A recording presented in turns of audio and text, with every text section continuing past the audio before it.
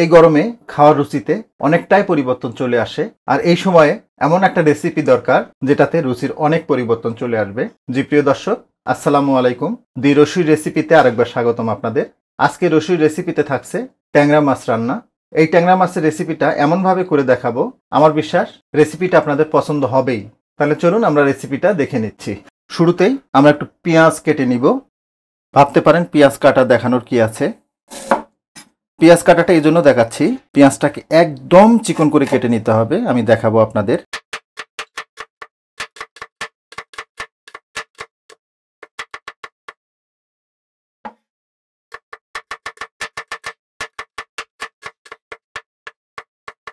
একটু দেখাই আপনাদের, দেখুন কতটা চিকন করে কেটে নিয়েছি। আমি টোটাল 3টা পেঁয়াজ কেটে নিলাম। এবার কেটে নিব টমেটো।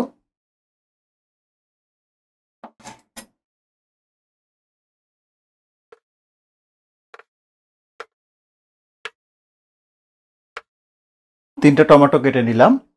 কয়েকটা কাঁচামরিচ কেটে নিব। দেখুন কাঁচামরিচগুলোকে যতটা সম্ভব চিকন করে কেটে নেওয়া যায় সেটা নেবেন। আমি প্রায় 7-8টা কাঁচামরিচ কেটে নিলাম। ট্যাংরা মাছটা আমরা একটা স্পেশাল মশলা দিয়ে রান্না করব, তো রান্নার শুরুতেই আমরা মশলাটা রেডি করে নিচ্ছি। চুলায় একটা প্যান গরম করেছি। 1/2 চা চামচ মতো কালো গোলমরিচ দিচ্ছি।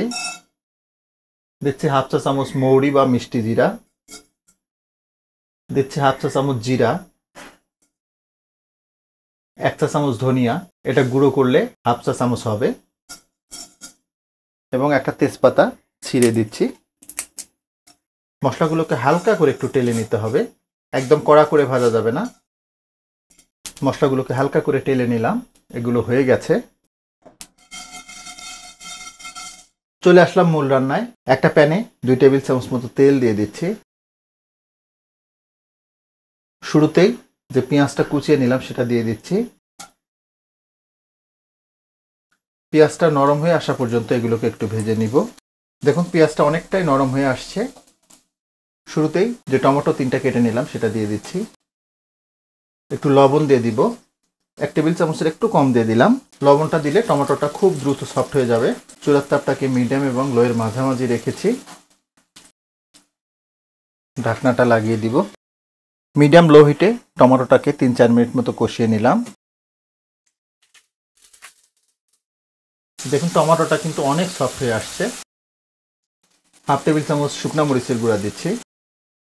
1/2 টেবিল চামচের একটু কম হলুদের গুঁড়া, 1/2 চা চামচ আদার গুঁড়া। যদি আদা বাটা ব্যবহার করেন সেই ক্ষেত্রে 1 চা চামচ ব্যবহার করবেন। শুরুতেই যে স্পেশাল মশলাটা তৈরি করে নিয়েছিলাম সেটা দিচ্ছি।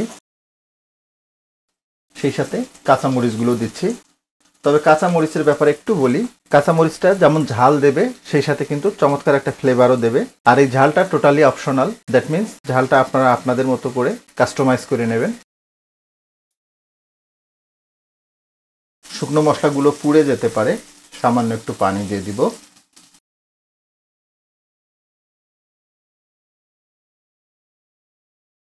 হাফ কাপ মতো পানি দিয়ে দিলাম।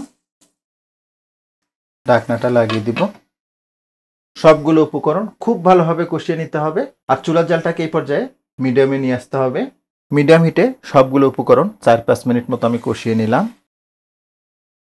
দেখুন চমৎকারভাবে তেলটা ছেড়ে দিয়েছে, আর এটা ইন্ডিকেট করে মশলাগুলো খুব ভালোভাবে কষানো হয়ে গেছে। এখন ট্যাংরা মাছগুলো দিয়ে দিচ্ছি। এগুলো হচ্ছে হাওরের ট্যাংরা, প্রত্যেকটা মাছে কিন্তু ডিম হয়েছে। দেখুন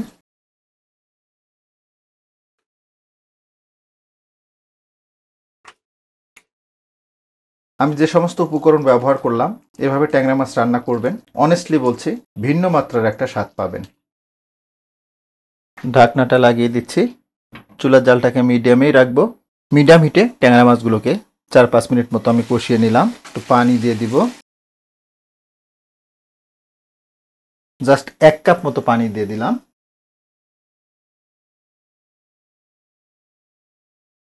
ঢাকনাটা আবার লাগিয়ে দিব। জাস্ট একটা বলক আসা পর্যন্ত আমরা ওয়েট করব। দেখুন একটা বলক চলে আসছে। এই পর্যায়ে একটু ধনেপাতা দিয়ে দিব।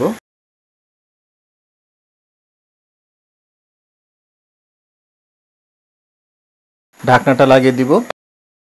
মিডিয়াম হিটে ট্যাংরা মাছটাকে 5-7 মিনিট মতো আমি রান্না করে নিলাম। দেখুন রান্নাটা আমাদের হয়ে গেছে। চুলাটা বন্ধ করে দিচ্ছি। ট্যাংরা মাছে এটুকু গ্রেভি লাগে। ট্যাংরা মাছের গ্রেভিটা অনেক মজার হয়। পাশাপাশি যেহেতু আমরা একটা স্পেশাল মশলা ব্যবহার করেছি, এই মশলাটার জন্য গ্রেভির টেস্টটা কিন্তু আরও অনেক গুণ বেড়ে যাবে। জাস্ট একবার রান্না করবেন, রান্না করলেই বুঝবেন। এর আউটলুকটাই কিন্তু বলে দিচ্ছে কতটা লোভনীয় হয়েছে।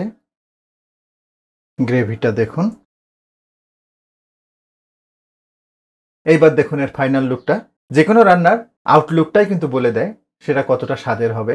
এর কালার, এর টেক্সচার দেখেই বুঝতেছেন, আর বলার কোনো অবকাশ থাকে না। তো যাই হোক, আশা করব ট্যাংরা মাছের এই রেসিপিটা আপনাদের অনেক ভালো লাগবে, আর ভালো লাগলেই কিন্তু আমার সার্থকতা। তো আজকে এ পর্যন্তই। সবাই অনেক ভালো থাকবেন, সুস্থ থাকবেন, নিরাপদ থাকবেন। আল্লাহ হাফেজ।